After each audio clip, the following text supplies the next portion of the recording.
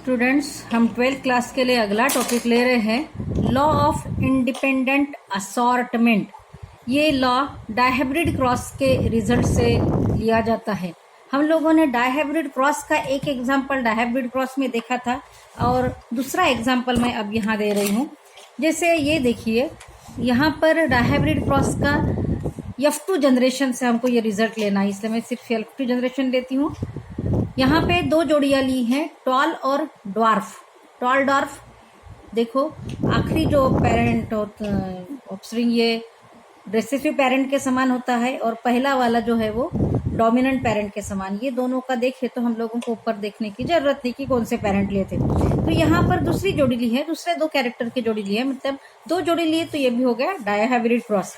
तो dihybrid cross में यहाँ पे एक हाइट लिया था, तो हाइट की कॉन्ट्रास्टिंग कैरेक्टर टॉल डार्क, और दूसरा है फ्लावर कलर, तो पर्पल और व्हाइट। तो ये एग्जाम्पल, और आप लोग डायहाइब्रिड क्रॉस में जो पढ़ चुके हैं आपके बुक में है वो एग्जाम्पल, कोई भी एग्जाम्पल लो आपको रिजल्ट सेम दिखेगा। तो देखो, आप लोगों को डायहाइब्रिड क्रॉस के रिजल्ट्स जो 16 मेंबर्स 16 टाइप के मेंबर्स तैयार हो सकते हैं, उसमें से उसका फिनोटिपिक रेशो हमने पढ़े थे। तो F2 जनरेशन का फिनोटिपिक रेशो निकाला जाता है, और F2 जनरेशन का फिनोटिपिक रेशो निकाले तो हमेशा हमेशा आप लोग कौन सी भी दो जोड़ी लोगे, अगर पी प्लांट में ले रहे हो, मेंडल्स एक्सपेरिमेंट देख रहे हैं, तो पी प्लांट में और पी प्लांट के समान जिस प्लांट्स में रिजल्ट आते हैं उनको भी, या एनिमल्स में भी उन टाइप का, मतलब जहाँ पे कंप्लीट डोमिनेंस शो करता है वहाँ पे सेम इसी तरह का फिनोटिपिक रेशो आएगा F2 जनरेशन का। तो डायहाइब्रिड क्रॉस का फिनोटिपिक रेशो आता है 9:3:3:1 हमेशा। और इसमें जो 9 होते हैं वो किस समान दिखते हैं, तो हमारे डोमिनेंट पेरेंट के समान दिखते हैं। इसमें हाइब्रिड भी रहेंगे, मतलब हेट्रोजाइगस रहेंगे, और होमोजाइगस रहेंगे, मतलब प्योर डोमिनेंट भी रहेंगे, लेकिन दिखने में सभी ये डोमिनेंट पेरेंट के समान दिखेंगे 9। फिर आखिरी जो 1 है वो है रेसेसिव पेरेंट के समान दिखेगा, मीन्स 16 में से ये रेसेसिव पेरेंट के समान दिखेगा। यस, वो तो होमोजाइगस रेसेसिव ही रहेगा हमेशा, इसमें कोई शक नहीं। लेकिन ये बीच में जो दो फिनोटाइप आए हैं, ये फिनोटाइप कंबाइन है, ना तो वो पूरे डोमिनेंट पेरेंट के समान, ना रेसेसिव पेरेंट के समान। तो डोमिनेंट पेरेंट की एक जोड़ी में से एक कैरेक्टर और दूसरी जोड़ी में से दूसरा कैरेक्टर जो इस तरह से आता है कि उसमें एक डोमिनेंट एक रेसेसिव कैरेक्टर आता है। यस, तो इनमें जो बीच में जो नए कॉम्बिनेशंस तैयार हुए हैं F2 जनरेशन में, F2 डायहाइब्रिड क्रॉस के, वो शो करते हैं कि यहाँ पे नए कॉम्बिनेशन आए। मतलब पेरेंट में जो डोमिनेंट कैरेक्टर की जोड़ी थी, लेकिन ऑफस्प्रिंग में एक डोमिनेंट एक रेसेसिव की जोड़ी आई, मतलब यहाँ पर नया कॉम्बिनेशन हुआ। इस तरह के दो कॉम्बिनेशन आते हैं, राइट। तो यहाँ पे कॉम्बिनेशन आएगा टॉल व्हाइट और दूसरा आएगा ड्वार्फ रेड। तो इस तरह के नए कॉम्बिनेशन आप लोग ऊपर भी जो पढ़े हो उसमें से 3 नंबर वाले कौन से है आप वो रेशो में देखोगे, आपके ध्यान रहेगा। तो ये रिजल्ट हमको शो करता है कि जब डायहाइब्रिड क्रॉस में हमने दो जोड़ियां जो दिखाई है, उसमें पेरेंट में दोनों डोमिनेंट कैरेक्टर साथ में थे और रेसेसिव दोनों कैरेक्टर साथ में थे, लेकिन ऑफस्प्रिंग में ये अलग अलग, मतलब डोमिनेंट के साथ डोमिनेंट, रेसेसिव के साथ रेसेसिव ही अगली पीढ़ी में जाना चाहिए, यह जरूरी नहीं है। तो हम लोगों ने इसके पहले एक लॉ देखा था, सेकंड लॉ।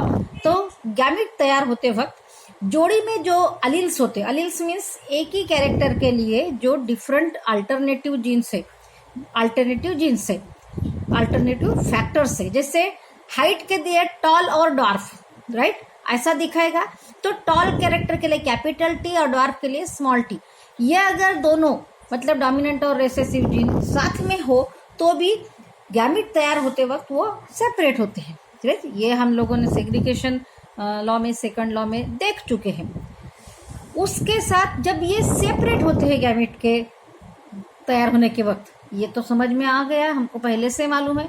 वैसे दोनों जोड़ियों में यहाँ पे जैसे हम लोग यहाँ पे टॉल और ड्वार्फ कलर दिखाए, तो टॉल और पर्पल ये जो पेरेंट था, तो टॉल और पर्पल इन लोगों के गैमेट्स तो सेपरेट हो गए दोनों की।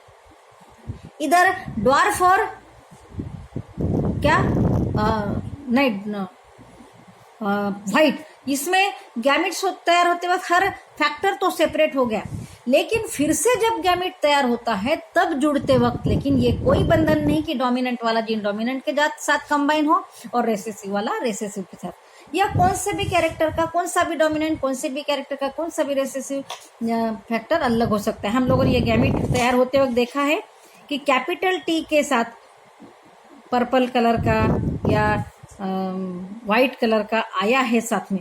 इस तरह के हम लोगों को जब ये दिखते हैं तो हम समझ जाते हैं कि कुछ क्या है, कोई भी जीन एक दूसरों के ऊपर डिपेंडेंट नहीं है कि कैसे सेपरेट हो और किसके साथ बाद में और से जुड़े, मतलब किसके साथ अगली पीढ़ी में जाए। इस तरह के जो रूल्स है और ये रिजल्ट हमको बताता है कि